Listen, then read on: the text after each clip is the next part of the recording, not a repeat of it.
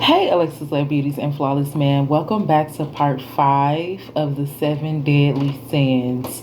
In part 4, we talked about wrath. We learned some things from our cousin Samson. Now we're going into part 5 and we're going to learn about envy.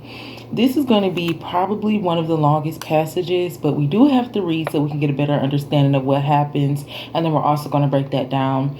I haven't decided if I'm just going to read through the whole chapter or if we're going to stop and break it down. So we will see how that goes. For envy, we're going to be reading from Genesis chapter 29, verses 1 through 35.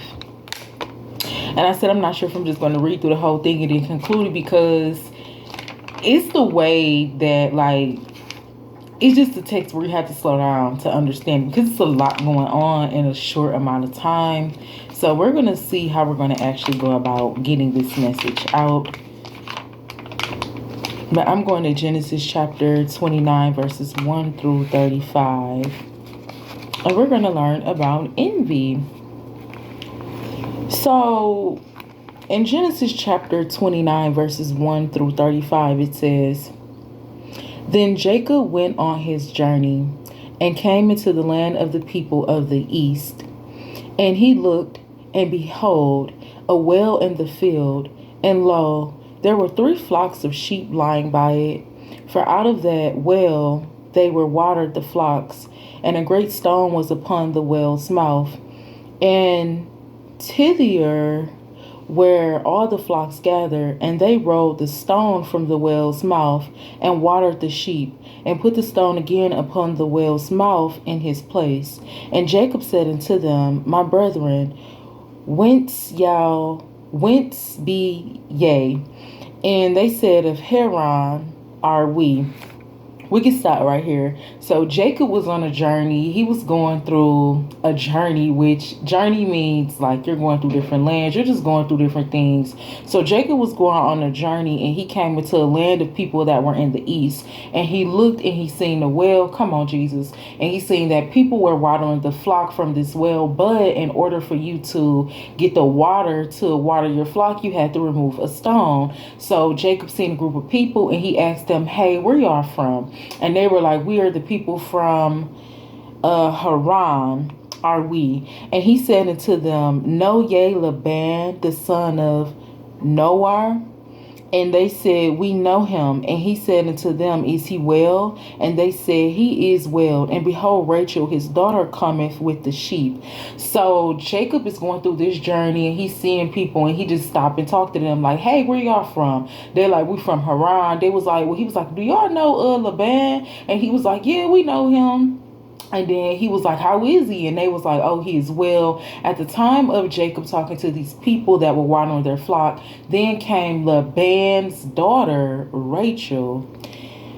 And he said, lo, it is yet high day, neither is it time that the cattle shall be gathered together. Water ye the sheep, and go and feed them. And they said, we cannot until the flocks be gathered together, and till they roll the stone from the well's mouth, then we water the sheep. So here's Rachel coming with the sheep that she is responsible to be watering on this day. And they're looking like it's not even time for that, because before we get to feed the flock, come on, Jesus, we have to remove this stone in order for the water to be released. So they're just saying like, this ain't even time of day to be even feeding the animals right now. But I guess they were all preparing to flock together to go ahead to get ready to feed them. But they had to wait until Rachel's flock got there also, so they can all be fed at one time.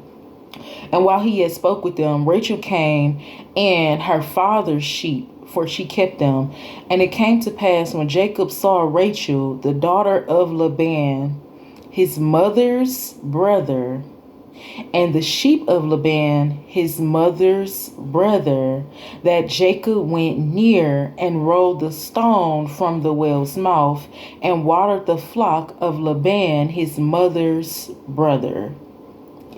So much emphasis on that, because when we go further, we're going to have to break that down. I had to write that down. Joseph is he's journeying through a land in the east. Come on, Jesus. And he sees some people. He stops and speaks to the people, and they have to wait till all of the flock is gathered together in order to remove the stone to feed the flock. At the time of Joseph speaking to the people, he like, where y'all from? They like, we from Haban or Haran. He was like, oh, y'all know Laban? And they was like, yeah, we know him. He was like, well, how is he doing? And they was like, oh, he's doing good. At the same time, here comes Rachel, Laban's daughter, with his flock. So Rachel had her father's flock. She was responsible for feeding them. And they had to wait till all of them were gathered together in order to feed the flock. So now Joseph is like, well, he see her and he's like, okay. He see Rachel with his mother's brother's flock. So Joseph is Laban's nephew. So he see Rachel's with his mother's brother flock, and then he removes the stone to feed the flock. So after he did this, and Jacob kissed Rachel and lifted up his voice and wept. And Jacob told Rachel that he was her father's brother and that he was Rebekah's son. And she ran and told her father. So this man removed the stone. Rachel was able to feed the flock, and out of nowhere he just kissed her, and he was like, this is probably kind of weird, but I am your father's brother. So he's trying to tell her that he is her uncle when really he is her nephew, because Jacob is Rebekah's son and Rebekah is Laban's sister. So she runs to tell her father that this man just kissed her. And it came to pass when Laban heard of the tidings of Jacob, his sister's son, that he ran to meet him and embraced him and kissed him and brought him to his house. And he told Laban all of these things. So Rachel went and ran to her father like, hey, my uncle kissed me. But when he got to the house, he knew that this was his nephew and not his brother. And when he heard of all of the things that Joseph had done, like, okay, this man is, good with his hands. This is a working man. He done removed the stone in order to feed my flock. He ran to him, he embraced him, and he showed him love. So now we got Laban showing Joseph love for what it is that he done for his daughter. And Laban said unto him, surely thou art my bone and my flesh. And he abode with him the space for a month. Laban already knew. He already knew that this was his nephew, his sister's son, that helped his daughter do something. And he went and embraced him, and he was like, surely you've been working hard. Since you bone to my bone, you my family, you can live with us. So he let Joseph stay with them for a month. And Laban said unto Jacob, my bad, I'm calling him Joseph. And Laban said unto Jacob, because thou art my brother, shouldest thou therefore serve me for not tell me what shall thy wages be? So Laban said unto Jacob, my bad, I was calling the man Joseph, because that's how it's just messy in here. It's just really messy. And this family was suffering from generational curses of the 7 deadly sins. We're still in Genesis. And we know that in Genesis, there was a lot of incest going on. And it's exactly what we see here going on. Laban knew that was his nephew and not his brother. But he tried to play it what his daughter told him. And he was like, oh, well, since you, my brother, you get to stay here with me. He knew that wasn't his brother. So now you have Laban taking advantage of his nephew, and he said, well, you've done a lot of work, and I ain't gonna let you work for free, so how much do I owe you for doing work? And Laban had 2 daughters. The name of the elder was Leah, and the name of the younger was Rachel. Leah was tender-eyed, but Rachel was beautiful and well favored. When I hear tender-eyed, Leah was a virgin, but Rachel, she was beautiful and well favored. So he said, hey, brother, he said, I can't let you work for free because you're a good working man. So how much do it cost? Like, what can I pay you? But Jacob said, you got 2 daughters, so that can be my wage. Again, this is all family. This goes back to lust. This goes back to incest. This goes back to greed. This just goes into the 7 deadly sins in general and shows how they multiply. It's a generational curse. And so Jacob loved Rachel. We got to keep that in mind. And said, I will serve thee 7 years for Rachel, thy younger daughter. And Laban said, it is better that I give her to thee than that I should give her to another man. Abide with me. Laban said, it's better for me to give you the daughter that you want for the wages instead of me giving her to another man. Which is wild. But that's just the way that they were doing things. That's just a generational curse that was going on. Like, this was going on way before we even got to Genesis chapter 29. And when we do read and go through the generations, then we see how people were related. So this man said, well, for all the hard work you've been doing, you can get my daughter. And, you know, it's better to keep it in the family than keep it out of the family because I trust you. I've been working around you. So, and Jacob served 7 years for Rachel. And they seemed unto him but a few days, for the love he had for her. This man worked 7 years for his cousin, to be with his cousin. And the 7 years went by so quick. He was so in love with her that it only seemed like a day had went by. And Jacob said unto Laban, give me my wife, for my days are fulfilled, that I may go in unto her. And Laban gathered together all of the men of the place and made a feast. And it came to pass in the evening that he took Leah, his daughter, and brought her to him. And he went in unto her. And Laban gave unto his daughter Leah, I think that's Zelphi, his maid for a handmaid. And it came to pass that in the morning, behold, it was Leah. And he said to Laban, what is this that thou hast done unto me? Did I not serve thee for Rachel? Wherefore then hast thou beguiled me? And Laban said, it must not be so done in our country to give the youngest before the firstborn. Laban has set his own nephew up. He didn't just set up everything, just downright greedy. This man said, because of your hard work, what can I give you? He said, I want Rachel. He was like, all right, well, work for me for 7 years and I'll give you my daughter. This man worked for this man for 7 years. And then he was like, all right, where my wife at? The work is fulfilled. And he had his tender-eyed daughter, Leah, go in. I say because she was the virgin and because well, that's what I assume, but it just really doesn't specify here why he did that. Oh, come on, Jesus, glory be to God. It does specify why he did that. He said because in their country, they have to give the younger before the firstborn. So again, he just set the man up. You were supposed to give him the oldest because that's what he worked for. That's what he asked for. But he was like, no, we can't do that. In our country, we have to give the youngest first. So he gave him the youngest, and now he's feeling like, okay, now this man just setting me up. We see that Laban is full of greed because he's going to just keep having this man multiply to do this, to get that, to do this, to get that. Although this is lust and this is in the family, he said, fulfill her weeks, and I will give thee this also for the service which thou hast served me with yet 7 years other. He said, fulfill her weeks, and we will give thee this also for the service which thou hast served with me yet 7 other years. And Jacob did so, and fulfilled her weeks, and he gave him Rachel, his daughter, to wife also. And Laban gave to Rachel his daughter Bilhah, his handmaid, to be her handmaid. And he went also unto Rachel, and he loved also Rachel more than Leah, and served with him yet another 7 years. And I'm gonna tell y'all, this is exactly how it was behind the scenes. Just like, Lord, this is kind of, you gotta break it down because there's so much going on here, and this is just not natural law to be, keeping in the family like that. And it was just kind of difficult there. But let's go ahead and break this down before we move on. So in Genesis chapter 29, we have Jacob. He was on a journey. He went to the east side. And he seen some people that were, waiting for all of the flock to be gathered together to feed the flock for the day. And then he asked these people, he like, hey, where y'all from? They like, we from Haran. And he was like, oh, do y'all know Laban? And he was like, yeah, we know Laban. And he was like, well, how is Laban? And they were like, oh, he's doing real good. And at the time of them communicating, here comes Rachel, Jacob's cousin, and she has the flock of her father. So they were like, this ain't the time of the day right now. We got to wait till all of the flock get together before we actually roll away the stone.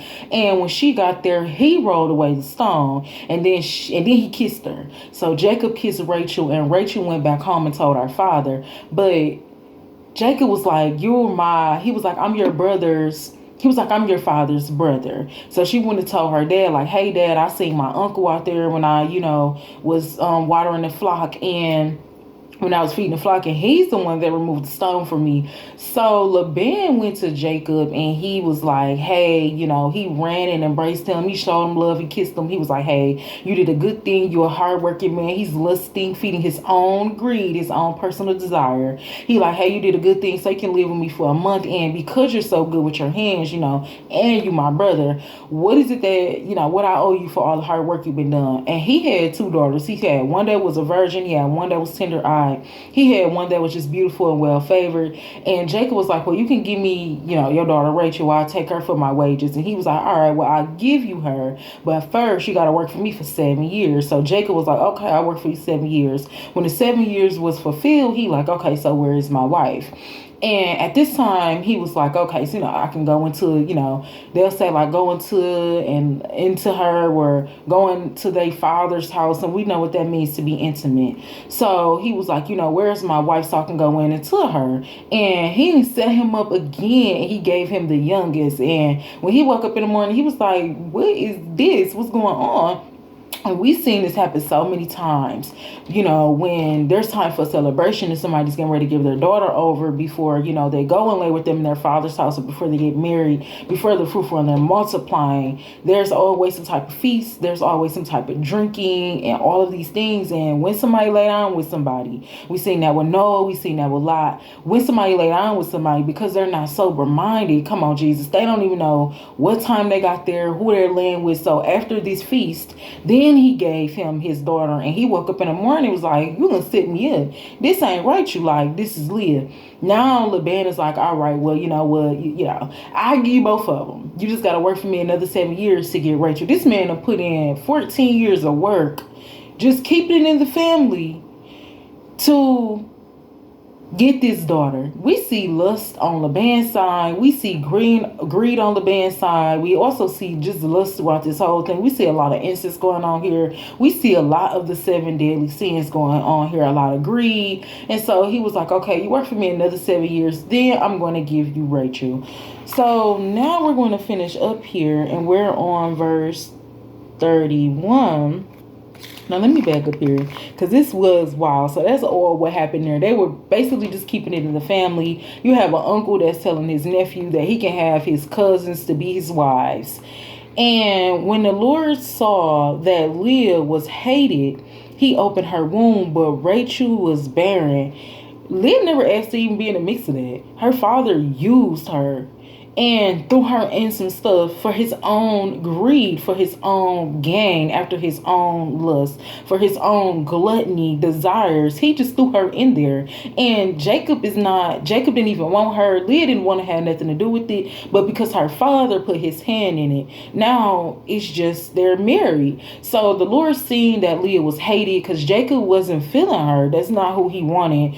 And the Lord opened up her womb, but he shut up Rachel's womb. Come on, Jesus. So now this is where we see the envy and happening at. And there has to be some envy with Laban also, because what kind of father, would just give away their daughter? But again, we see and we learned about the generational curses in Genesis. So these people are related to, some of the Canaanites, some the Adam and Eve. They're just related to some people that were already doing these things. So it just ran in the family through blood.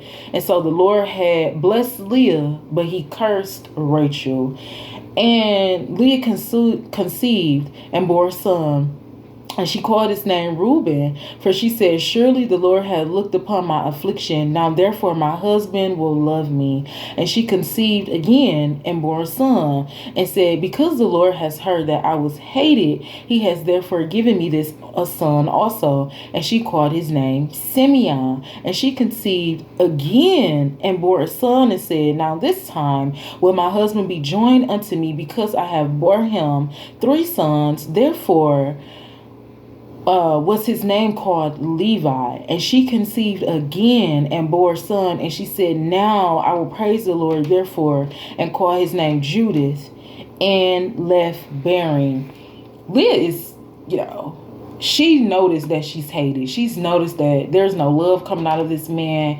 And she's just like, well, because, you have a son, now, our son will be able to, have a family and be fruitful and multiplying. He'll get the inheritance and different things like that.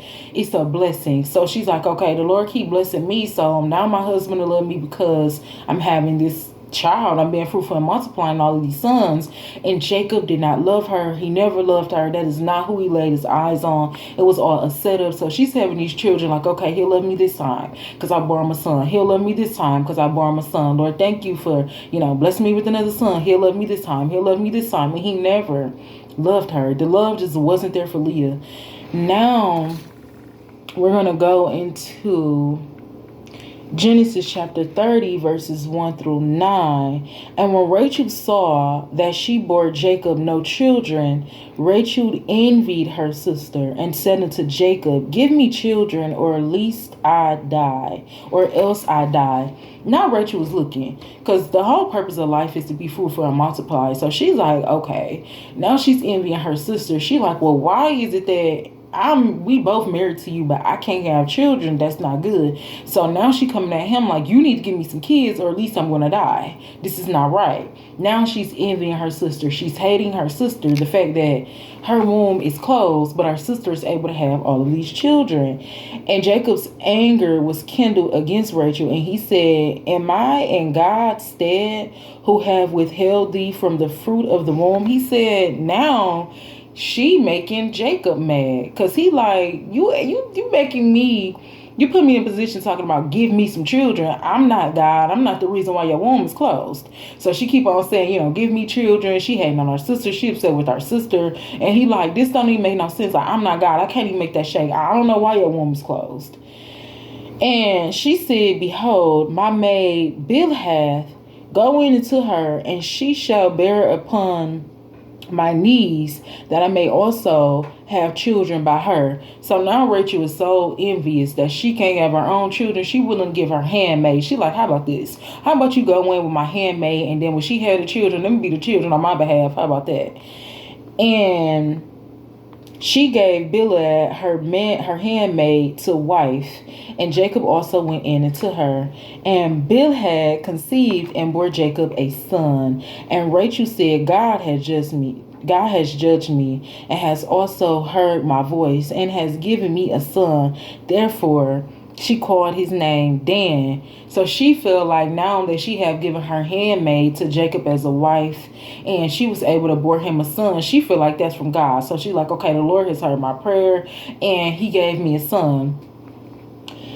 And Bilhah, Rachel's maid, conceived again, and bore Jacob a second son. And Rachel said, with great wrestlings have I wrestled with my sister, and I have prevailed, and she will call his name Nephthali. When Leah saw that she had left bearing, she took Zephi, her maid, and gave her Jacob to wife. It's just so messy. It's just messy here. And so let's just back up. Let's see what we have going on. So Laban has given both of his daughters to Jacob to marry. And Leah is the only one that is blessed to have children. She done gave this man 4 sons. Now Rachel is envious. She is jealous of her sister. Now she trying to force her husband to get her pregnant. So she like, you need to give me some kids or I'm going to die. And he like, now you pissing me off because... excuse me for that. I know it was going to come out because I was thinking it earlier. But he was like, now you're getting me upset because you talking to me. I'm not God. I don't know why your woman shut up. I don't know why you can have kids. And she was like, okay, well, how about I give you my handmaid? You can marry her. And then when she get pregnant, those children are going to be on the behalf of me giving you seed. For some reason, she felt like that was just going to help her to live. And now her handmaid has had 2 sons by Jacob. So now they're going into competition. Now when Leah heard of her sister giving her handmaid, she was like, well, I'm finna give him my handmaid. Now it's just going back and forth between the sisters, seeing who can have the children, seeing who can have the most handmaids to have the most children to please this man. And Leah is doing this because she's like, he's going to love me now. I gave him my body. I gave him these sons, and I gave him my handmaid to wife, and she's giving him these sons, and Rachel was over here. She's jealous. She's upset. She like, first of all, I can't even use my body, so I'm going to give him my maids. And now they're adding in other people, just like Laban did. Poor little innocent Leah was thrown into this mix, and she never even asked. Now she's trying to find love within her husband. And now these poor handmaids that Laban gave to them, they're now putting these innocent women in their toxic relationship. Now these women are having to marry this man and have children by this man also. It's just a complete mess. It's a lot of incest going on. It's a lot of confusion going on. And it's a lot of greed here. It's a lot of lust here. It's a lot of envy going on here. So that is what we see there, and that wraps up what happened in Genesis. I encourage you to do your extended research. Later on, reading throughout this story, we see that Rachel was blessed to have children, but that's not the way that the Lord wanted it to be. But there was just a lot of envy going on here, and this reminds me of this movie that my sister used to watch all the time. It's called The Other Golden Girl. You can't even watch this on YouTube. You literally got to pay for this. You got to buy this somewhere. And it came out decades ago. It's called The Other Golden Girl. And I really feel like they got that from out of here, because in that movie, it talks about that same thing. You had two sisters. It was a king. The one could have children. So she lied on her brother and was like, hey, this is my brother. If you can do your extended research, I've been looking for it so I can actually watch the movie, because it really ties into this, and it's just wild. It's just wild. So again, it all just comes from lust. It comes from greed. It comes from gluttony. It comes from just being ignorant, not having the wisdom. Not asking God anything. It comes from people just doing what they want to do, feeling like they're doing it right, going after their own pleasures. What Laban was doing, he seen this hard-working man, so he was like, basically, you're my slave, and then you can have whatever you want. Now he got his daughters mixed up in these things to where they're fighting against each other, battling against each other. And the other golden girl, every time I had watched that in the past, every time I had read this right here, it makes it seem, it really just seems like they got that movie from the Word of God, which I wouldn't be surprised if they did. Now we have two more readings that we're going to get into about envy right here. We're going to go to Proverbs chapter 24 verses 1 through 5, and we're going to read about some other things. So Proverbs chapter 24 verses 1 through 5. It says, be not thou envious against evil men, neither desire to be with them. For their heart studieth destruction, and their lips talk of mischief. Though wisdom is an house built by understanding, it is established, and by knowledge shall the chambers be filled with all the precious and pleasant riches. A wise man is strong, yea, a man of knowledge increaseth strength. Be not thou envious against evil men, neither desire to be with them. Don't be envious of evil men. And don't desire to want to be with them. Don't desire to want to hang with them, to be their friend, to be their company. Like, it'll be like, you'll see somebody and you know this man is just wild. He got like multiple women. He got a good job, different things like that. So you're trying to figure out how you can get in with him. Like, dang, how can I be his homeboy to, learn how he a player like that? Or you're a female and you're looking like, dang, I'm trying to figure out how I can get in to, just get close to this man. Do not be envious of evil men. Don't want to be with them. Don't figure out how to get with them. Don't figure out what God they're serving. Just don't do it. Just don't do it in general. And in Proverbs is a really good book for us to learn from, because it speaks about a lot of life in general. So be not envious against evil men, neither desire to be with him, for their heart studieth destruction. The heart of an evil man, he is studying how to destroy himself, how to destroy the people around him, how to destroy his spirit. That is what an envious man does. His heart is studieth in destruction, and their lips talk mischief. They're foolish. They're not having good conversations. Their mouths and the things that they talk about is just pure evil. And through wisdom is a house built. A man that's envious, he's studying destruction. He's not using no wisdom to build a home. He's using, evil to build the home. So he might be calling on some witch doctors and different things like that to build his home. But a man that is wise, wisdom building his home. He's getting his wisdom from God on how to build his home. Example of that could be like Noah's Ark. Getting the wisdom on how to build a home. And by understanding, it is established. When you get an understanding, you establish that home. And then also, I'm going to skip down and say, and by knowledge shall the chambers be filled with all the precious and pleasant riches.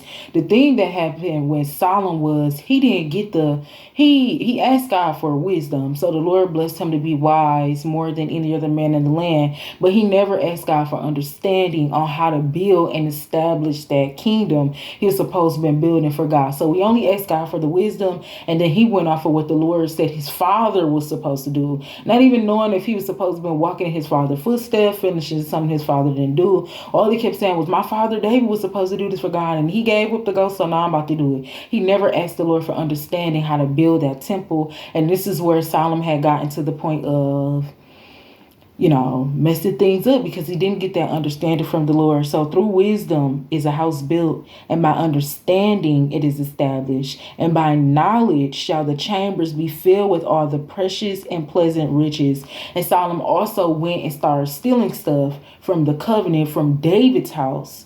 He started putting his own thing. He just started, telling people to go here, go there, get this, bring that here for his kingdom. And this is why at the end the Lord said, you built this for yourself. This didn't have nothing to do with the Lord, because you never asked him for understanding on how to build his kingdom. The same way he gave Noah instruction about, the size of the cubits here. This is what you'll need. It would have been the same way he would have did with Solomon. Solomon didn't ask him for that. He just asked him he just asked him for wisdom, and then he just went and started stealing stuff from the ark and the covenants and just started placing it in his own place. When you ask the Lord for wisdom, understanding, and knowledge, then he will tell you the things that you should put in that area and the different things that you should do, the things you should move and add and take away. That's not what Solomon did. He went about it his own self. So we see Solomon also, he had that spirit of greed. And that is what led to him not doing it right and having multiple wives. And a wise man is strong. Yeah, a man of knowledge increaseth his strength. So a wise man is strong. He has knowledge and he is increased in strength. We have to make sure that we're asking the Lord for what it is that he wants us to do, how he wants us to build, whether that's in personal lives, whether that's in relationships. Everything's going to look different for everybody. We need to be asking the Lord, what is it that we're supposed to be doing in our purpose? What is it we're supposed to be doing in our homes? Like, what is it we're supposed to be doing, and not just doing things because somebody else is telling us to do it or we feel like it's the right thing. That's how we get in trouble. We need to ask the Lord for wisdom, understanding, and knowledge on how to build things. No matter if you're in business, no matter if you've been doing something, we just need to humble ourselves and ask for understanding. Now we have one more reading for envy. We're going to go over to Proverbs chapter 25, verses 28. And it says, he that hath no rule over his own spirit is like a city that is broken down and without walls. When we do not have discipline over our own spirit, because we are responsible for ourselves, it is like a city broken down with no wall. There is no guidance. There is no discipline. There is no instruction. It's just an open platform. You're just able to do whatever, however you want to. We do not want to live like that. We do not want to be like that. We just don't want to be, out here with no guidance, without no instruction. That leads into sinning also, because you're just doing one thing because you feel like it's right, not getting any information about that, and you're just going into the next thing. So we are done now with envy. Now we're going into pride, and we're going to go back to Genesis, because everything happened in Genesis. And this is why I just be like, dang, why people just be trying to skip?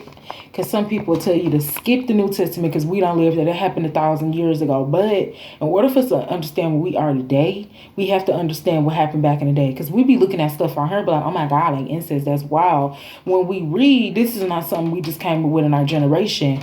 Some of the things that's going on out here, This is a spiritual warfare. So some of us are related to, the good and the bad. So when we talk about breaking generational curses, it's not just the family that you are born in the physical with the last name. Say your last name is Humphreys. You're not just breaking the curses off the Humphreys. Those ancestors and those generations go back from here. So this is where we should be learning from. This is our real history right here. This is where we start. This is a start of us talking about breaking generational curses. Because if you look in the Humphreys family and you see a lot of incest going on, but you don't understand where that's coming from, and now you're doing your extended research and you're like, okay, hold on, wait. Oh, this is where it's coming from.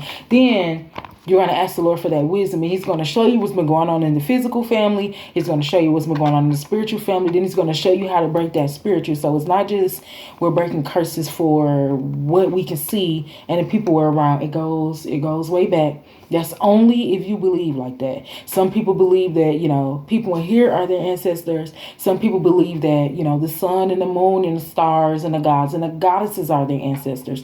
Whoever you believe are your ancestors, but I'm going to stick with what I read. I'm going to stick with what I know. And, Abraham starts my ancestor lineage. And we know that in that family of Abraham, we seen a lot going on. We seen a lot of incest. We seen a lot of these sins going on. So that's why we be saying that. That's why I be calling our cousin Samson, our Uncle Job, because that's just how I believe it to be. Those are my ancestors. So now we're going to be reading about pride. We're going to Genesis chapter 39, verses 1 through 23. So,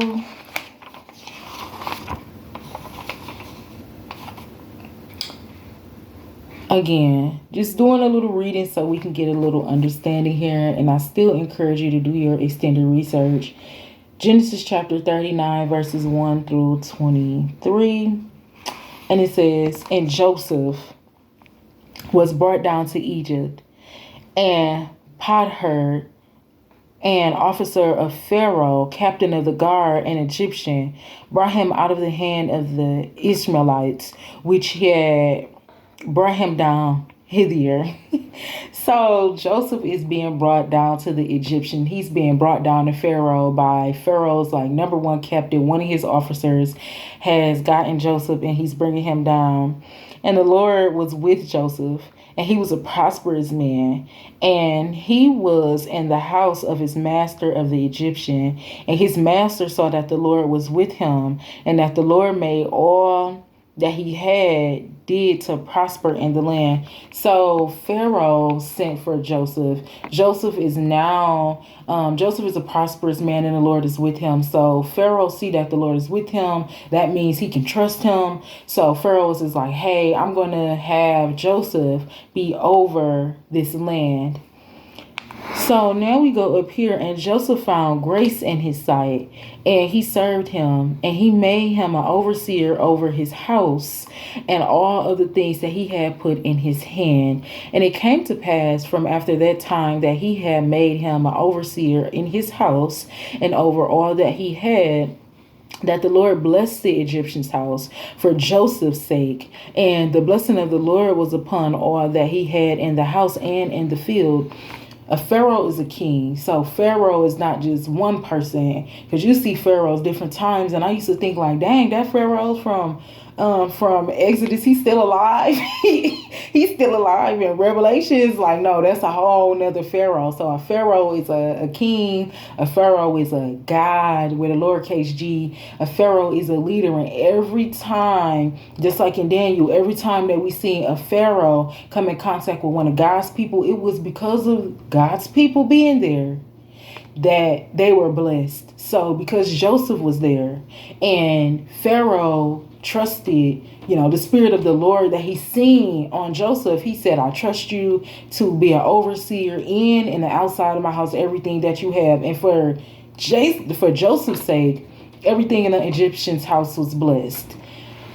Now, The reason why we learned that in Daniel, the reason why an Egyptian always wanted like somebody that was pure, somebody found without blemish, somebody that wasn't living how they were living, doing what they were doing, is because they knew that the astrologers, the numerologers, they knew that all the Egyptians and the magicians and all the people that they had around them already, the people that were eating how they were eating, living how they were living, getting drunk how they were drunken, they already knew that these people ain't even wise enough to be getting information. So they always wanted somebody that was pure, somebody that was working with God. And every time an Egyptian came in contact with an Israelite, the Egyptian was not blessed. Same thing with Moses. When he came in contact, he was blessed. And if you look at it, it was like Moses was Pharaoh's grandson, because he took him under his wing, but gotta do what the Lord asked you to do. So that's why they always want them. So because Joseph was there and he had the blessing of the Lord, that's why the Egyptian's whole house from the inside and the outside was blessed. And he left all that he had in Joseph's hand, and he knew not all he had, save the bread which he did eat. And Joseph was a goodly person and well favored. And it came to pass after these things that his master's wife cast her eyes upon Joseph and said, lie with me. You have Pharaoh trusting Joseph because he see the spirit of the Lord is with him. And because of that, the whole Egyptian house from the inside and the outside is blessed. Now, you have Pharaoh's wife looking at this prosperous man of God with lust in her eyes.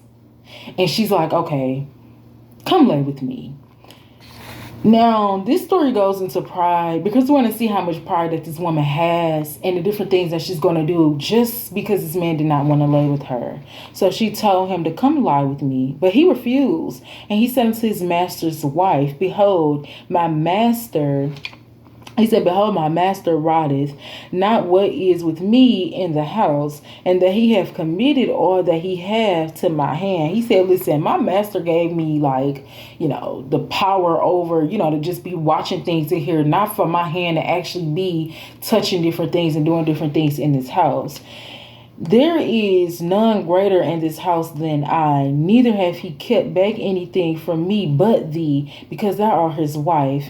How then can I do this great wickedness to sin against God? He said, listen, I'm over everything in here. I have your little free will in here, but everything but you. So I'm supposed to be watching and protecting everything in this house but you. You are my master's wife. So that's going to cause sin against God. And we see that our cousin Samson, when he gave Delilah his heart, that was sinning against God. So the sin is not against us. That's how we have to see it as well. These 7 deadly sins are against God. It's sinning against God. And when we do that, we're fulfilling our own pleasure. So Joseph knew that, me laying with you and you're my master's wife will be not ethical to God. So there's just no righteousness that's going to come out of that. And it came to pass as she spoke to Joseph day by day that he hearkened not unto her to lie with her or to be with her. And it came to pass about this time that Joseph went into the house to do his business, and there was none of the men in the house there within. Every single day, this woman was like, come lay with me, come be intimate with me. And he at some point, he just stopped talking to her. He already told her, hey, that's going to be sinning against God. You're my master's wife. I'm here to do business, and that's it. And, it came a point where where there was nobody else in the house. He in the house handling his business. That's what he's there for, to do business. And she caught him by his garment, saying, lie with me. And he left his garment in her hand and fled and got him out. And it came to pass when she saw that he had left his garment in her hand and that he was fled forth, that she called unto the men of her house and spoke unto them, saying, see, he hath brought in a Hebrew unto us to mock us. He came in to me to lie with me, and I cried with a loud voice. This woman just sat up here and lied. Her own pride, being rejected, being not accepted by this man because he has wisdom, because he has discernment, because he just have discipline. He's here to do business, and she keeps saying, be intimate with me, be intimate with me. Because of her pride, she done lie on this man and basically said, it came a day where he was handling business and there was nobody else in the house. There was nobody that could be able to testify against this. So, her having the power that she had, and, having the leadership or whatever, being the wife of the master, she came on to this man, got to touching on him, and he did. And he left a piece of garment in her hand, but because of her pride, she went back and said, look, y'all know that a Hebrew in our castle, and this man that came in and he took advantage of me. He tried to take advantage of me. He came in and tried to mock us. So what y'all gonna do about that? Here's a piece of his garment for proof. This man do nothing with her. He ran out of there saving his own soul because of her pride of being rejected. Well, I'm the queen. I get to do this. She set this whole man up and lied. So that's what pride does. Pride does whatever it has to do just to feel boast up, just to feel good about anything. Pride to step on wherever they need to step on to get wherever they need to get. The sound is good however they need to sound. Because if it came down to the fact of his garment being in there, somebody else seeing it was going to be him or her. And she said, you know what? It's going to be him. Because he didn't want to lay with her, she had so much pride to where she was like, you know what? I'm finna just flip this around. So she said, y'all, look, he came in and he tried to mock us. And she spoke it to him according to these words, saying, the Hebrew servant which thou hast brought in unto us came in unto me to mock me. And it came to pass, as I lifted up my voice and cried, that he left his garment with me and fled out. And it came to pass, when his master heard the words of his wife, which she spoke unto him, saying, after this manner did thy servant to me, that his wrath was kindled. She got her husband mad. She got her husband now in an uproar because she lied because of her pride of being rejected. Like, some women be feeling like they can't be rejected. Certain men be feeling like they can't be rejected. Everybody is not with that. Everybody is not attracted to that. You got people doing business and that's all they're there for. You got people that's really living like God wants them to live, doing what the Lord is asking them to do, and that's all they're there for. And now she done lied. She got her husband in wrath. She got him angry. Now he got to do something against this man. Because she like, look, I cried with a loud voice. It wasn't nobody up in here. This man came in. He mocked us. He done mocked us. You don't let the enemy in here. This man that took advantage of me. And look, here's even proof because he left his garment. Because of her pride. She couldn't swallow her pride and let this man do his job. She done lied on this man and got him in some whole other trouble. And Joseph's master took him and put him into a prison, a place where the king's prisoners were bound. And he was there in prison. She done got this man locked up. Like I say, we hear it here in the word of God first. Whatever we see going on in the physical, it happened here in the word of God first. It already happened in the spiritual first. It already happened before we see it happening in our generation. How many times has we seen this happen in our generation where somebody is innocent, but because of the pride of somebody else, they put an innocent person in prison because they couldn't get their way, or because they didn't want their name to, we just see this happening a lot in our generation where the innocent is being imprisoned because of somebody else's pride. You have women out here lying on men because the men that really want her, now she lying and she making up stories. You have men out here lying on women because she didn't want to talk to him, but he's still out here talking about, man, I had messed with her right. Knowing dang well you didn't get access to that woman at all. That's what pride does. And the more and more we read, the more and more we'll see that this is happening in our world. Just because it's been happening, it's been going on, we're just in a different generation. And now it's just on us if we choose to learn about these things and want to know about these things and how to prevent these things. I mean, that wasn't on Joseph. He was in there doing his business. That was all on her. And we see that she was suffering with pride, but the Lord was with Joseph and shewed him mercy and gave him favor in the sight of the keeper of the prison. And the keeper of the prison committed to Joseph's hands and all the prisoners that were in prison. And whatsoever they did there, he was the doer of it. The keeper of the prison looked not to anything that was under his hand, because the Lord was with him, and that which he did, the Lord made it prosper. Whatever Joseph did in that prison, the Lord gave him favor.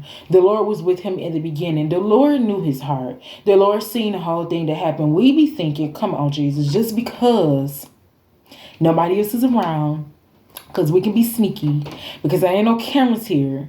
We can just, do this real quick. The Lord is always watching. When we look at these sins like that, we'll move with more compassion. We'll move with more wisdom and be like, just because we being low key, we sneaky linking, and I'm not supposed to be. Because I know what the Lord said to me. We're thinking that we're getting away with it, but what's done in the dark comes to the light. What's done in the heart, it comes to the light. There is no secret. Always know that the Lord is watching you. You can't secretly commit no sin and think that the Lord's not seeing it. The Lord's seen everything. Joseph was blessed because the Lord was with him in the beginning, and he was even with him when he was locked up. And anything that he did in there, the Lord made it prosper. He was a prosperous man. Joseph is a man that did it right. He did something that the Lord asked him to do, and he did not let those sins get to him. This woman had so much pride. She just ended this man business, this man career. She thought. But later on, when you go down, you'll see how blessed he was and that the Lord was still with him. The Lord favored him. He's still a prosperous man. That's what that spirit of pride will do. It'll just have you just going back and forth, just being prideful, not caring about nothing or nobody.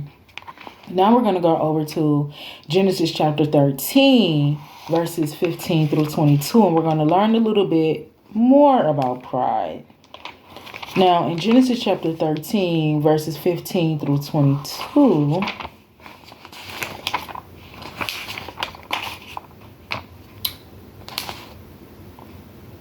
because it just is wild. It's just wild. It's just wild in here. But it's a lot that we can learn from. Genesis chapter 13, verses 15 through 22. Genesis chapter 13. Okay, my bad. I was looking at chapter 14.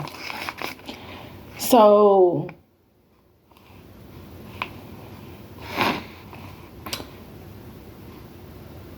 and though thou shalt go thy fathers in peace. My bad, y'all. Because I'm still a little messed up off the envy. I'm still a little messed up off the Jacob and Rachel story, to where I'm just like, okay, look. So what I'm trying to say is we're in Genesis chapter 13, verses 15 through 22. And I'm still not right. I'm on Genesis chapter 13. Come on, Jesus. All right, let's get back on track here. I kept saying it over and over because I was noticing I wasn't in the right place. So 13, verses 15 through 22. Because I'm looking like, where is the 22 at? And something is still not right. So something clearly wasn't right in my notings, and we're just going to have to bypass this one. Glory be to God, because there must have been a glitch in the system. This is why I'm over here looking like this, because I'm like, this ain't making no sense. We were going over to where Pharaoh had a lot of pride. I mean, we could read about that through Genesis and Exodus. But Pharaoh had a lot of pride because he was, and I'm still looking for y'all. We ain't just finna give up that quick, because it just must have been something in my behind the scenes that I didn't write correctly, but that's okay. Yeah, so it was a lot of pride going on throughout Genesis and Exodus with Pharaoh. We were going to read about Pharaoh and Moses. I mean, we can go over here and we going to do this on the camera. And let's see if we got that backwards. It's really supposed to be Exodus chapter 13. But if we go to Exodus and it's not, then it's fine. We have got some information from Genesis chapter 39, verses 1 through 23. And as always, you know what? Praise the Lord. This is a good example of doing your extended research. I've been doing my research, and then we get here, and then something is not on note and on course. That's okay. If we don't find this in Exodus, and maybe we got something backwards, and you choose to be like, oh, we just forget it, then that is your own free will. But this is a prime example of do your own extended research. I'm a human, and things happen. So if we can't find it here, I'm still going to encourage you to look into it and just read Genesis, read Exodus, because there's a lot of pride, especially in Exodus. We see a lot of pride happening with the story of Pharaoh. And I'm going to encourage you to do your extended research. And you can start that research in You can start the research in Exodus chapter 1 and just keep going. I'm just saying right here in chapter 9, chapter 10, this is when the Lord began to send the plagues. We just talk about it real quick. Thank you, Lord. So we see pride happening with Pharaoh. This is a king, and we see how he has God's people. When we talk about slavery and letting the people go, this is because God's people were never, ever, ever, ever supposed to be slaves. So Pharaoh used these people to be his slaves, and he was not taking care of them. Any other time in the Bible, we seen that Pharaoh had one of God's children. They took care of them. They seen the favor of God on them. They didn't use them for their own personal gain, greed, and gluttony. We seen them take care of God's people. We seen that Daniel, they were taken care of. We seen that now when it came to these people, now they still had these hardened hearts. When it came to the law and other people with their jealousy and their envy, like how y'all gonna take care of them? Y'all ain't. When it came to that, then we seen the Pharaoh still having to do what the country law said. These were the laws that they created. So, all right, y'all able to tell his dreams and, y'all doing business. But now it's coming to the fact that you took advantage of my wife. You got to go to prison because that's not ethical law. When it comes to, you telling us the dreams and y'all fasting and praying and you able to tell me different things like that. But when it comes to us saying that you're supposed to be worshiping Pharaoh and not God and you still worshiping God, now we got to throw you into the lion's den. So, these pharaohs had their own laws. They were their own gods. They were worshiping themselves. But when they came into contact with God's people, they had the slightest of wisdom to say, these are God's people. Let me take care of them. But when it came to God's people not following their law and their rule, this is when they had to still, get the treatment of any other regular prisoner. But because the Lord is with his people, this is why we always see them being in the fire and not getting burned, being in prison and still prospering, and different things like that. But when we see pride, when we see Samson with pride, when we see Pharaoh with pride, and they're just willing not to give up, we see that Samson still had a little bit of power to where he asked the Lord for strength, and the Lord gave him strength to just, take out everybody. And we see that the